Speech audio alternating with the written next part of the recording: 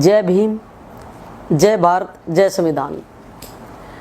प्यारे बहनों भाइयों, आए दिन इस देश में पेट्रोल और डीजल की कीमतें बढ़ रही हैं और ख़ासकर ऐसे समय पर जब देश और पूरा विश्व कोरोना जैसी महामारी से जूझ रहा है। हमारे देश की और किसी भी देश की रीढ़ की हड्डी है वो किसान होता है और डीजल से सबसे ज़्यादा प्रभावित है किसान। चाहे वो कोई भी फसल उगाता हो, उसको डीजल की ज़रूरत रहती है। किसान पहले से ही हमारे देश में आत्महत्या कर चुके हैं और कर भी रहे हैं। जो बेहताशा वृद्धि डीजल में, पेट्रोल में की गई है, ये हमारे देश की अर्थव्यवस्था की कमर तोड़ने के लिए बहुत गलत है। हमारा किसान जब आत्महत्या करेगा, हमारा किसान ही बर्बाद हो जाएगा, तो देश बचेगा कैसे? चाहे किसान सब्जी की पैदावार करता हो, चाहे वो धान की पैदावार करता हो, चाहे गेहूं की पैदावार करता हो, सब हमारा पेट भरने का जो काम है पूरे देश का, वो किसान की ही ड्यूटी है। और सबसे बड़ी दिक्कत इस देश में ये है, सरकार कोई भी रही हो, किसान की जब फसल का समय आता है, उसको समर्थन मूल्य सरकार उसके हिसाब से नहीं दे पाती।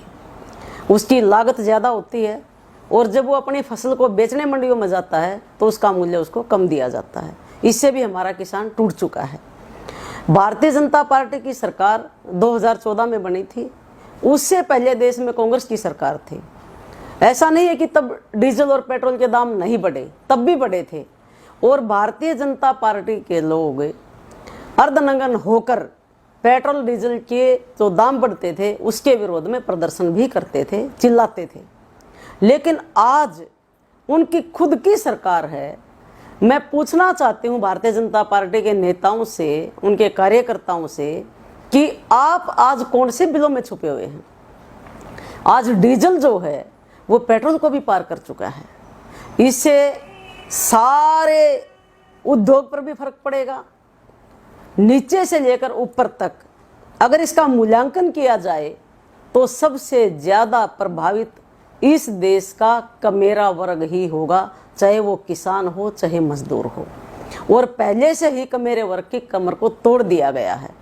इसलिए मैं डीजल पेट्रोल की वृद्धि को बहुत ही गलत मानती हूँ और भारतीय जनता पार्टी के नेताओं को और सरकार में बैठे नेताओं को भी कहना चाहती हूँ कि अगर इस देश को सुरक्षित रखना है, इस देश को आत्मनिर्भर बनाना है, तो सबसे पहले हमें कमेरा वर्ग और किसान के बारे में सोचना पड़ेगा। उनको ये बेहताशा वृद्धि न करके उनको सब्सिडी देनी चाहिए, उनको सस्ते दामों पर तेल देना चाहिए, ताकि हमारा देश, हमारा किसान जो आत्मनिर्भर बने और इस देश में बसने वाला प्रत्येक गरीब परिवार, जो गरीब आदमी है, वो भी भूखे पेट ना सो सके। इसलिए मेरी आप सबसे यही प्रार्थना है कि इस देश में अगर किसान संपन्न है तो हमारा देश संपन्न है। किसान अगर भूखा है तो हमारा देश कभी भी आत्मनिर्भर नहीं बन सकता। जैसे माननीय प्रधानमंत्री जी अपने मन की बात में बोलते हैं कि हमें आत्मनिर्भरता की तरफ जाना पड़ेगा, हम आत्मनिर्भर बनेंगे तभी देश बचेगा। आत्मनिर्भर तब बनेंगे ना जब देश को आप बचाएंगे। जब आप पेट्रोल डीजल की वृद्धि करेंगे, सब्जी आपको महंगी मिलेगी, आपको खाने के लिए राशन महंगा मिलेगा, तो आत्मनिर्भरता कहाँ से आएगी? किसान को सब्सिडी देने की ज़रूरत है, ना कि किसान को इन वृद्धियों से, बेहताशा वृद्धियों से मजबूर होकर आत्महत्या करनी पड़े। आज हमारे देश का मजदूर और किसान आत्महत्या करने पर मजबूर है। इसलिए मेरी भारतीय जनता पार्टी की सरकार से अपील है कि जल्दी से जल्दी जो आप लोगों ने ये इतनी वृद्धि की है तेल में, इसको कम किया जाए, या हमारे किसान भाइयों को सब्सिडी देकर तेल को सस्ता दिया जाए, ताकि आम आदमी इस देश में सुख शांति से, चैन से रह सके। धन्यवाद। बाकी लेटेस्ट खबरें जानने के लिए चैनल को सब्सक्राइब और बेल आइकन को प्रेस करना ना भूलें।